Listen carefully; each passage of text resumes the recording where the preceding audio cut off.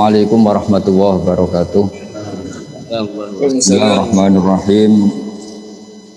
Nahmaduka ya ghafur ya syakur wa salli wa sallim ala sayyidina maulana Muhammadin wa ala alihi washabihi asma'in nama ba'du. Yang sangat Profesor Dr.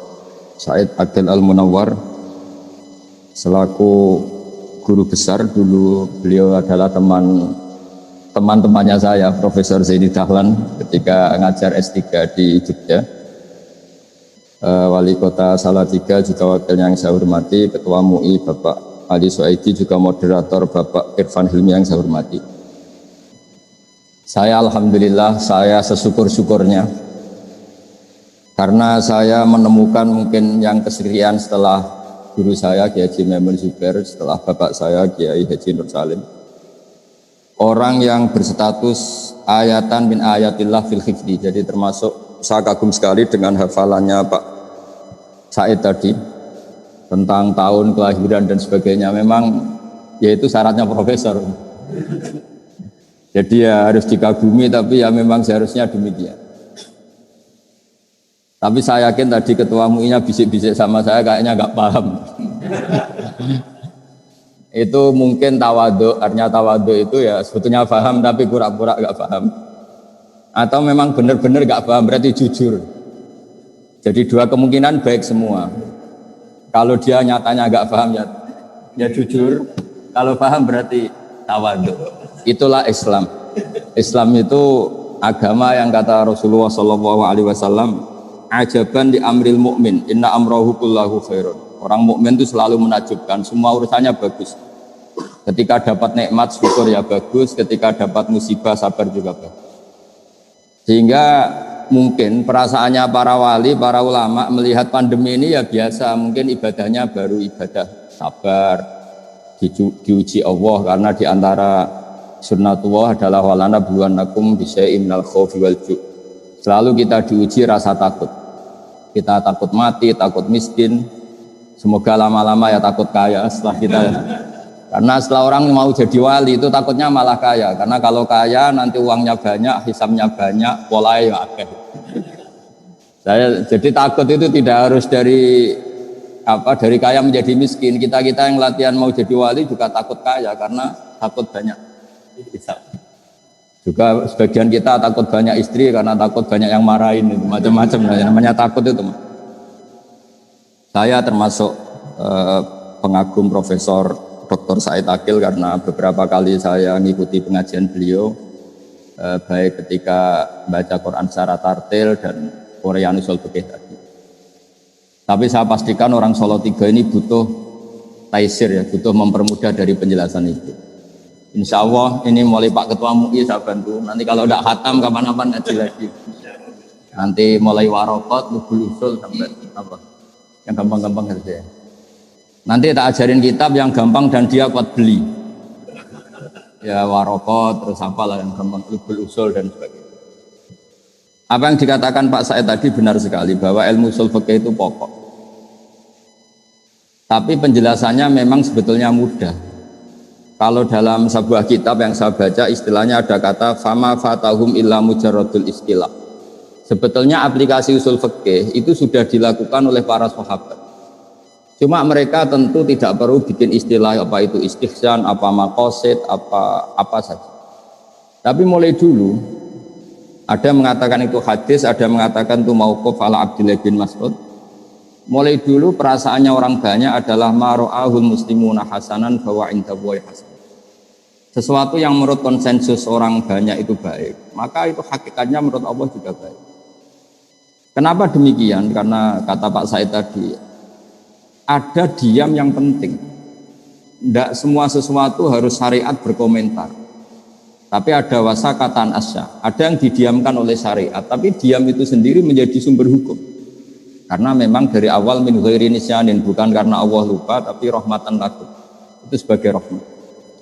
Dan alhamdulillah kesimpulan dari itu, kalau dalam bahasa nahwu disebut faktafrek, fala tabhasu anha. Ada yang kalimat riwayat fala tasalu anha. Berhubung itu didiamkan ya kamu jangan membahas. Jadi kalau kita tidak bahas bukan karena tidak bodoh, bukan karena bodoh tidak, memang nggak boleh bahas.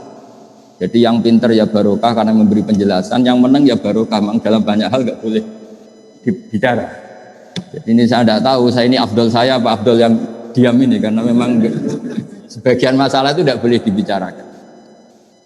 Tapi saya pastikan ilmu ushul fikih itu hanya implementasi atau ekspresi atau apalah tatbiki dari perasaan adzauqus salim, perasaan yang salim. Saya mengkaji banyak ilmu balaghah karena memang tadi di antara syaratnya mufassir harus mengkaji balaghah. Pernah ada seorang khatib ketika itu menyitir ayat fawarabbis samaa'i wal ardi innahu lahaqqum mitsama annakum tantiqun. Demi Tuhan langit dan bumi, bahwa apa yang dikatakan Quran itu senyata-nyatanya pasti benar. Si Bedui ini, orang Bedui ini nggak ngerti usul fikih, apalagi istilah-istilahnya nggak ngerti. Yang jelas ada orang Solo Tiga itu, karena itu peristiwa di Arab. Itu langsung tanya sama khotib, Pak Khotib, mangzalladzi akhdobal jalil hatta alja'uhu ilal yamin. Siapa yang bikin Allah murka sehingga Allah dipaksa untuk sumpah? Perasaan keseharian kita ketika kita ditagih orang, besok tak bayar. Orang itu masih gak percaya, tenang nih, besok tak bayar. Ketika lawan bicara kita kelihatan tidak percaya sekali, kita pasti sumpah. Wallahi, demi Allah besok pasti saya bayar. Di mana-mana namanya sumpah itu pasti ada jengkelnya. Jika dalam balaghah terus dibikin urutan, jika lawan bicara kita sudah percaya, maka kalam tidak perlu dikasih taukid, tidak perlu diberi kata sesungguhnya. Tapi kalau sudah ada indikasi dia tidak percaya, maka perlu dikasih taukid, bila perlu dikasih sumpah. Jadi di mana-mana sumpah itu ya ada nada jengkelnya, ada nada marah. Kita sampai bersumpah itu karena melihat lawan bicara kita tidak percaya atau kurang percaya. Di sini orang Bedui menangkap, meskipun dia tidak tahu kaidah itu, nggak tahu kaidah yang di ilmu balaghah. Ada apa satu kalimat itu untuk apa tidak tahu, tapi dia merasa kok sampai Allah sumpah itu pasti Allah tersinggung. Dan ternyata betul, hampir semua ayat yang Allah sumpah pasti terusannya terus nadanya nada marah, nada menegur secara keras. Makanya ketika ada ayat sumpah, si Bedui tadi tanya sama Pak Khotib, mangdalladzi akhdobal jalil hatta alja'uhu ilal yamin. Pak Khotib, siapa yang bikin Allah marah sehingga Allah harus terpaksa sumpah?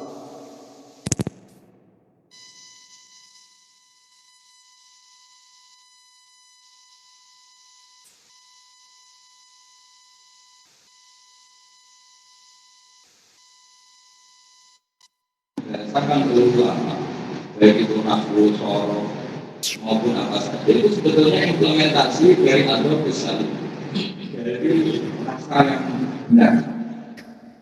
Saya punya sekian contoh, ada banyak wali yang berjual, itu ya nggak ngerti istilah benar, karena wali itu nggak boleh terlalu pintar, nanti beda definisi. Dan tapi nggak terlalu pintar istilahnya, dia pintar betul tapi nggak tahu istilahnya. Nggak boleh wali pakai bahasa milenial.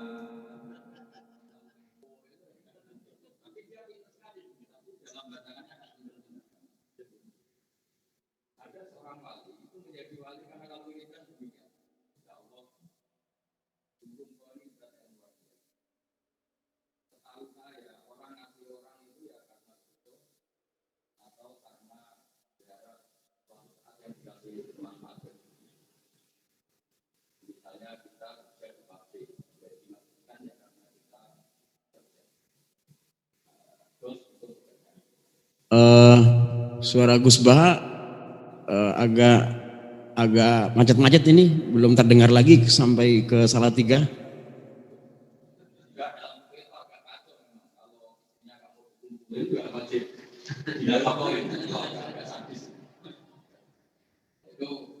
Oke ya, karena itu agak-agak gimana di rumah sama istri sekali nggak mau nggak wajib bikin apa gitu bang dia. Kayaknya gitu, bang itu masih kayak. Nah, tapi si wali tadi itu mengajukan oleh Allah. Allah ini berat yang eksistensi itu tidak butuh kami. Allah adalah Al-Qayyum dan yang tidak butuh kita. Kalau yang bilang sama sekali eksistensinya tidak begitu. Nanti kan aku bikin langit bumi tetap dia punya. Ya bikin kita tetap dia punya. Tapi di balik tidak kebutuhan engkau pada kami, engkau tetap memberi rezeki. Itu aneh sekali. Memberi rezeki dalam keadaan tidak. Coba kalau kamu ketemu orang di Jakarta yang sama sekali nggak butuh, dia nggak kenal kamu, nggak butuh kamu, ke depan juga nggak butuh kamu, terus kamu dikasih uang 1 juta, itu luar biasa. Kalau dikasih bos mungkin sudah bekerja, dikasih siapa saja mungkin paling nggak orang itu butuh surga. Tapi ini Allah nggak butuh uang, kamu ngasih kita. Tiga jarak, aku ya Allah semuanya kita yang luar biasa. Itu namanya atau sekali. Dari perasaan itu, kemudian ini juga melahirkan ilmu surga. Karena Allah itu al-Ghani mutlak. Jika kata-kata Quran atau kata-kata Quran atau firman Al-Quran yang dohirnya itu Allah itu, maka harus ditakdir. Ditakwil itu ya, ketika Allah itu mau ditopi hamba-hamba, itu seakan-akan Allah itu bagian dari hamba itu. Namanya kalau dalam tasawuf disebut tanah zulatil maut. Dalam ilmu dialek disebut at-taqrib ilal afwah, untuk memudahkan bisa dipahami.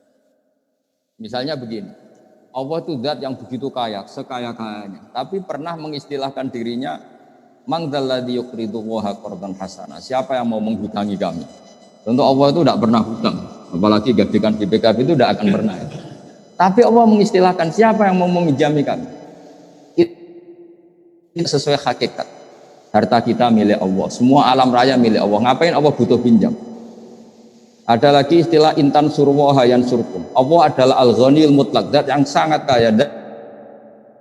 Tapi Allah mengistilahkan siapa mau menolong Allah. Padahal Allah tentu zat yang enggak butuh pertolongan. Di sini pentingnya ngaji usul fikih, ngaji ulumul lughat, ngaji isti'malul arab.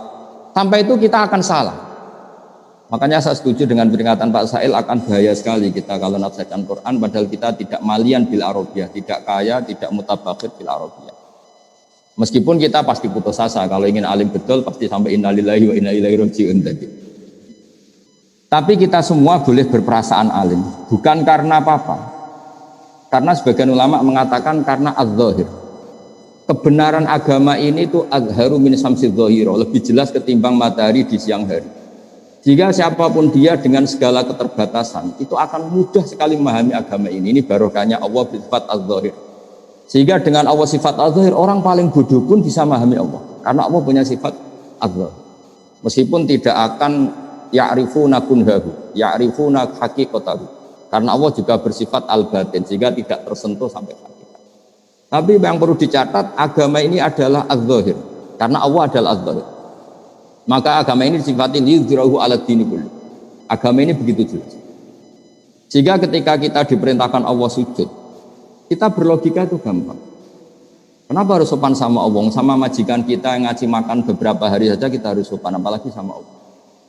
Andai kan kita diberi kontrakan gratis, dikasih makan orang gratis 1 bulan saja, terima kasih kita tidak selesai-selesai. Apalagi dikasih Allah selama-lamanya. Maka pujian yang benar adalah la nuqsi tsana'an 'alaika anta kama athnita 'ala nafsi. Kita muji engkau ya Allah tidak ada habisnya. Tidak bisa terhitung pujian kita kepada-Mu. Karena apa? Allah memberi kita tanpa batas. Nah, aturan-aturan atau anjuran agama supaya kita muji Allah tanpa batas ini aturan yang andekan itu tidak diatasnamakan agama, kita pun akan mengatakan itu aturan yang benar. Maka li syiddati zuhuri hadatin, sampai ada pepatah laulam yakun maja'a bihi Muhammadun dinan lakana fi aqlin nasi hasan. Kalau saja agama ini tidak diatasnamakan agama, aturan yang dibawakan Rasulullah sallallahu alaihi wasallam pastilah kana fi aqlin nasi hasanan, pasti menurut akal manusia ini juga betul. Seperti contoh di fikih misalnya iddah. Enggak kebayang andaikan dalam cerai itu tidak ada iddah. Misalnya malam masih hubungan intim, pagi bentrok, langsung cerai. Nah, itu kalau langsung dinikahi orang lain, kita nanti bingung. Ini anaknya siapa? Ini produk lama apa produk baru? Apalagi anak kecil tuh wajahnya agak jelas mirip siapa. Kalau di DNA kan ribet. Tapi barokahnya ada iddah, ada kepastian baro'atur rahmiha.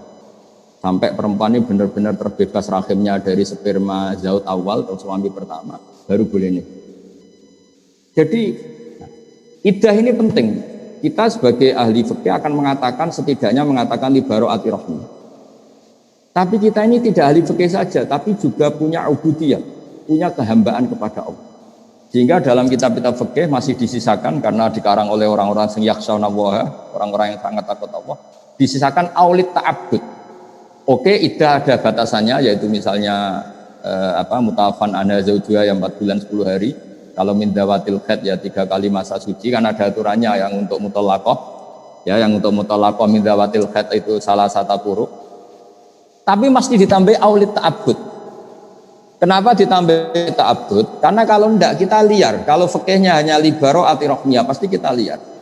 Ada orang diceraikan suaminya, padahal sudah lama enggak kumpul karena suaminya di Amerika misalnya. Atau diteliti pakai USG atau pakai teknologi apa, terbukti enggak ada mani, enggak ada sperma. Kalau alasannya libaro atirohmiyah, ini terbukti rahimnya kosong, berarti boleh kawin, enggak boleh seperti itu. Jika fikih selalu mengatakan iddah syuriat dianjurkan libaro atirohmiha walid ta'abbud. Nah, kenapa penting li ta'abbud? Bagaimanapun kita ini hamba Allah. Maka saya setiap ngaji itu berkali-kali bilang, inti daripada ibadah itu adalah nderekno kersane Allah.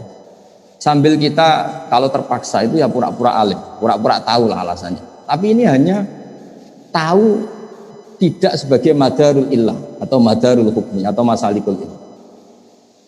Karena sekali ini jadi madarul illah, berarti kalau terbukti bara'atul rahmiyah enggak perlu iddah. Itu enggak ada orang mengatakan demikian, ulama maksudnya.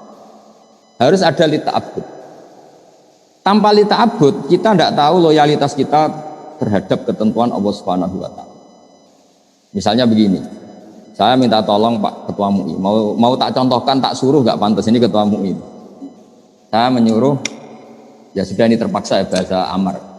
Pak Ketua MUI, saya belikan beras untuk makan hari ini. Kalau enggak saya bisa mati. Itu illatul hukmi yang ekstrim.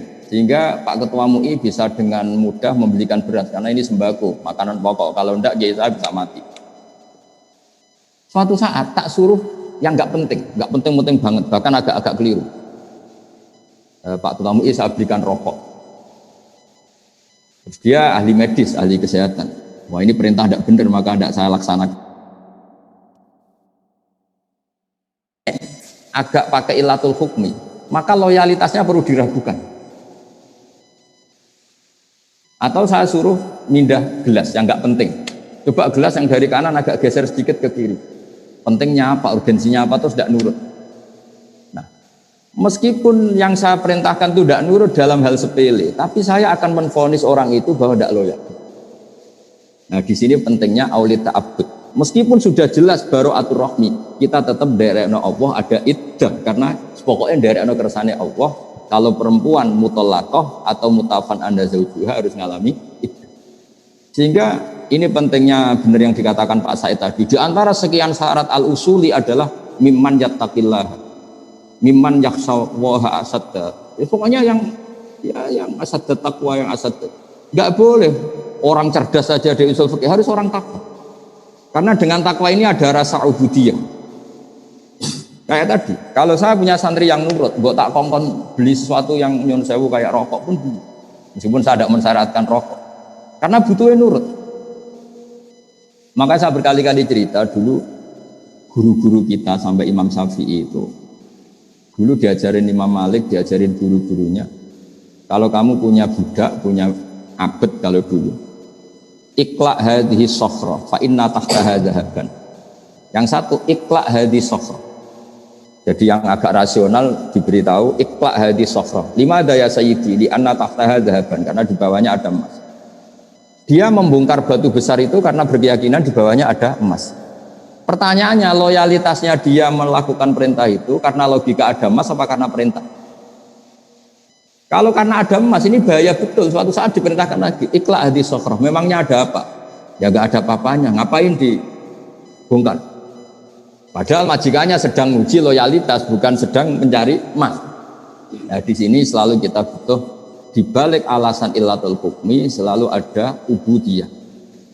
Dan itu yang dikatakan Pak Said tadi, di antara syarat sekian mustahil adalah harus takwa. Ya, barokahnya takwa ini bisa improvisasi terus. Selain cerdas ya, takwa atau tidak cerdas itu ya ruwet. Makanya dulu agama ini semua nabi pasti bersyarat selain sidik, amanah, juga harus fatonah. Kalau fatonah tok tidak sidik, ngakali orang terus ya, orang boleh. Tapi kalau amanah tok tidak fatonah, diakali orang terus. Ini kan ribet. Makanya saya senang dengan urian Pak Said tadi, tapi saya mohon doa beliau karena beliau adalah alitratul thohiroh, juga orang alim. Saya hanya mewakili sebagai orang Quran yang saya dapat barokahnya Quran, memang walaqad yassarnal Qur'ana lidzikri fahal mim mudzakir. Jadi saya ingin agama ini mudah, ya mudah aplikasinya, mudah prakteknya, mudah pemahamannya.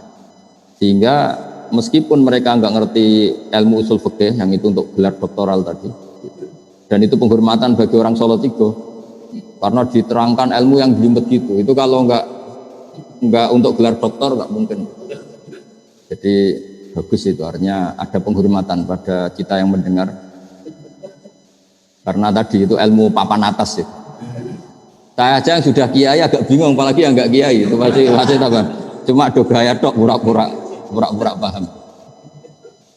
Tapi saya pastikan semua ilmu itu mudah, karena tadi Allah sudah janji fa innal aqla mutarratun ila qabulil haqq, kata Imam Syafi'i. Akal itu akan dipaksa untuk menerima kebenaran. Sehingga mengawal kebenaran itu tidak perlu serius-serius banget. Yasiru wala tu'asiru, karena akal fa innal uqula mutarratun ila qabulil haqq. Akal ini pasti dipaksa untuk menerima kebenaran. Tadi misalnya agama ini berkonsep supaya ada iddah. Orang pasti tahu kenapa butuh iddah, karena nanti kalau ada bayi itu bayinya siapa, produknya siapa. Tanpa ada iddah ditakutkan ada ikhtilatul ansab. Anak ini anak bapaknya siapa enggak jelas. Nah itu andai kan enggak diatasnamakan agama, orang akan mengatakan memang aturannya harus demikian. Sebab itu agama ini sebagiannya disebut Allah fitratallahi allati fataran nasa alaih. Agama ini agama apa? Agama menurut logika manusia pasti benar. Orang normal maksudnya, ini bicara orang normal. Haramnya khomer juga demikian. Kenapa khomer haram? Ya karena khomarul akal, karena mencederai akal. Padahal menjaga akal termasuk wajib. Lalu yang dikatakan khomer apa? Ya dulu asirul inab.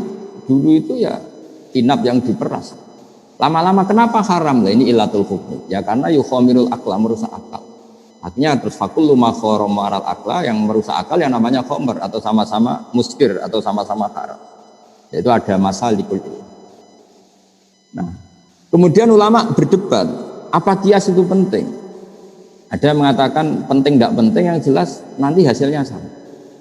Ada yang cara ulama ngendikan nggak perlu dikatakan kias, cukup dikatakan min itlaqil ba'di wa iradatil qul. Jadi kalau Allah mengharamkan fala taqul lahuma uffin, sekedar bilang hus saja haram, apalagi yang di atas hus. Atau al murad bin nahyi an qauli uffin adalah at-tadajjur atau al-idza. Yang dikehendaki Allah haramnya mengatakan hus pada orang tua adalah al-idza. Maka apalagi naboi, apalagi nyabu, apalagi membiarkan orang tua miskin utang-utang tonggo, itu ya agak haram juga. Jadi lah itu kan lagi-lagi dzauq.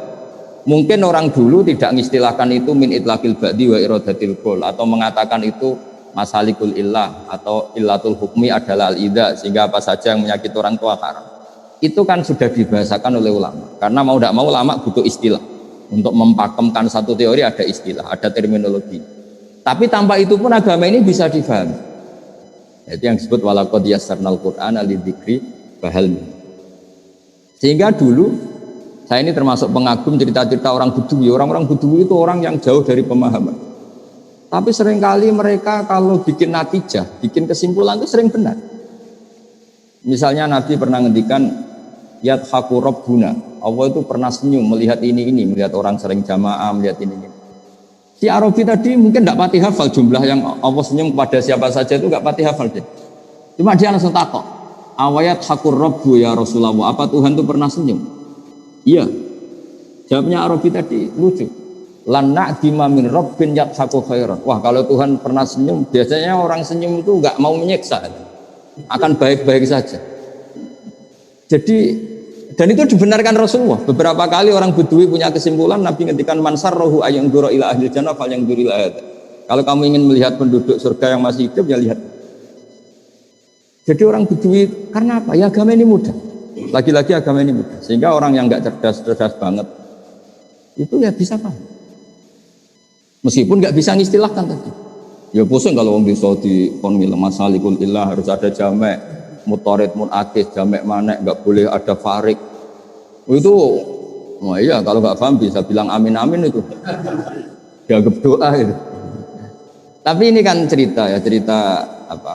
Jadi karena tadi Pak Said sudah memberi ilmu yang luar biasa, ini saya bantu teman-teman Solo 3 supaya nggak perlu kaget. Itu semuanya mudah.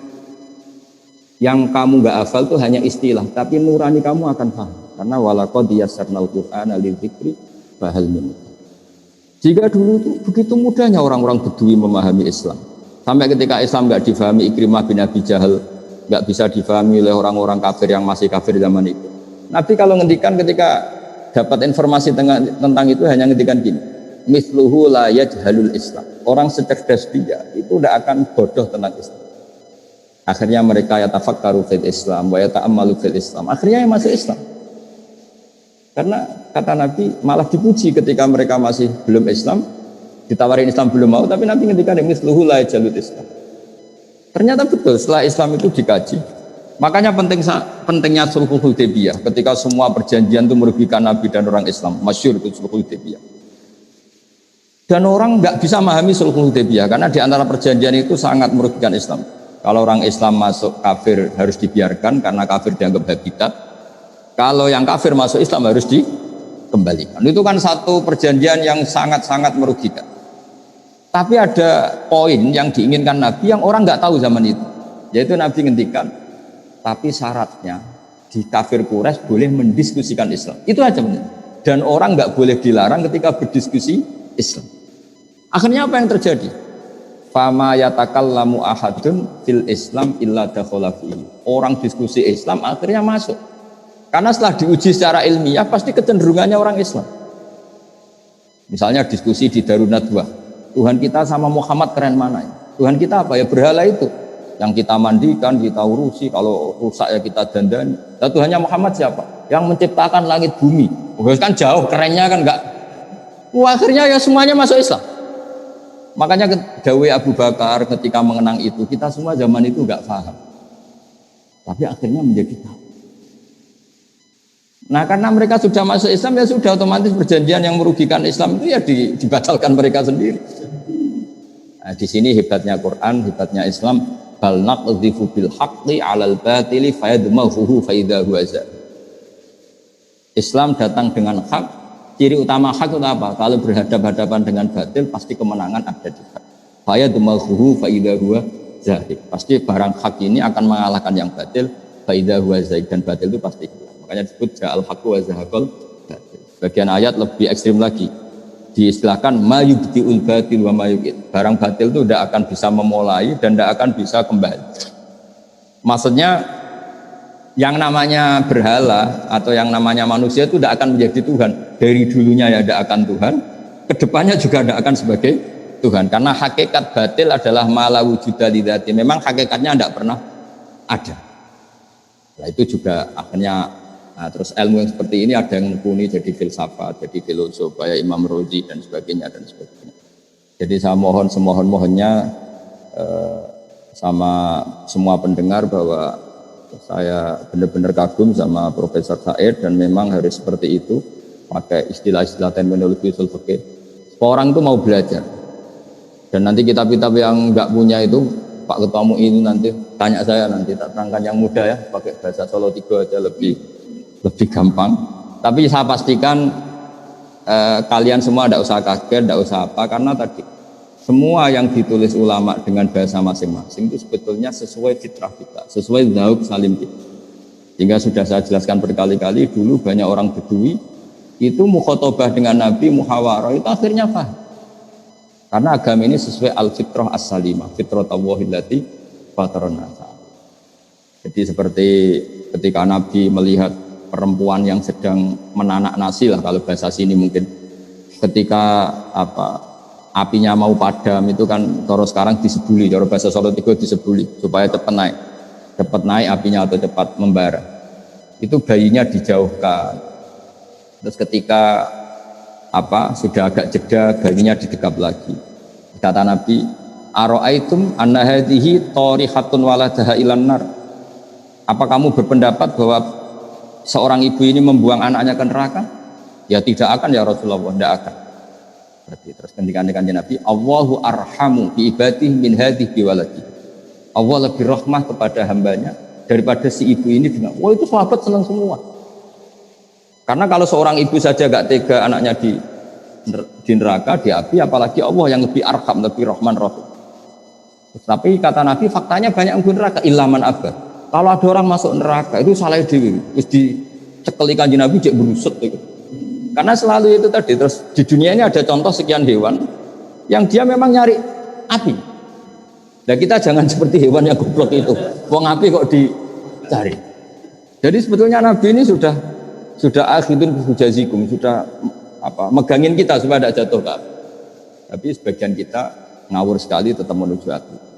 Jadi ini pesan saya supaya ilmu dari beliau, ya kita semua minta restu beliau, minta doa beliau dari Profesor Said supaya barokah. Saya sebagai yang muda membantu lah bahwa itu mudah. Karena tadi walaqad yassarnal Qur'ana lidzikri fahal mim mudzakir. Jadi meskipun fa'il itu didefinisikan al-fa'il wa al-ismu al-marfu alladzi sebenarnya al-ismu al-marfu, terus yang dirofakkan oleh fi'ilnya atau oleh isim sifat atau oleh isim fa'il itu kan kayaknya susah, tapi orang Arab ya sudah bilang ja'a zaidun. Jadi misalnya al-ismu al-marfu al-madhkuru qablahu fi'luhu ya kalau dalam jurumiyah, tapi kalau di alam alfiyah tidak harus fi'il tapi termasuk isim fa'il. Kelihatannya kan susah, tapi setelah kita ngaji ya orang Arab tetap bilang ja'a zaidun, ra'aitu zaidan. Tapi kalau ketika mau nerjemahkan al-ismu al-marfu'u al-madhkuru qablahu fi'luhu, itu kan kalau maknanya bingung, isim yang dibaca rafa yang sebelumnya disebutkan kata fi'ilnya. Oh, itu kan kayak bulat. Jadi ya sudah, tapi lama-lama prakteknya ya gampang. Makanya terus orang Arab kadang pakai mausu'ah itu ya pokoknya ngono. Timbang latihan bahasa Arab Indonesia kesuwen kon kerja ning Arab Saudi sak tahun mulai bahasa Arab. Karek dadani sidik-sidik naku sorope gitu. Tapi kalau pintere bahasa Arab kan udah. Ya karena tadi walaqad yassarnal Qur'ana lidzikri fahal mudzakir. Ya, saya kira demikian. Terima kasih. Assalamualaikum warahmatullahi wabarakatuh.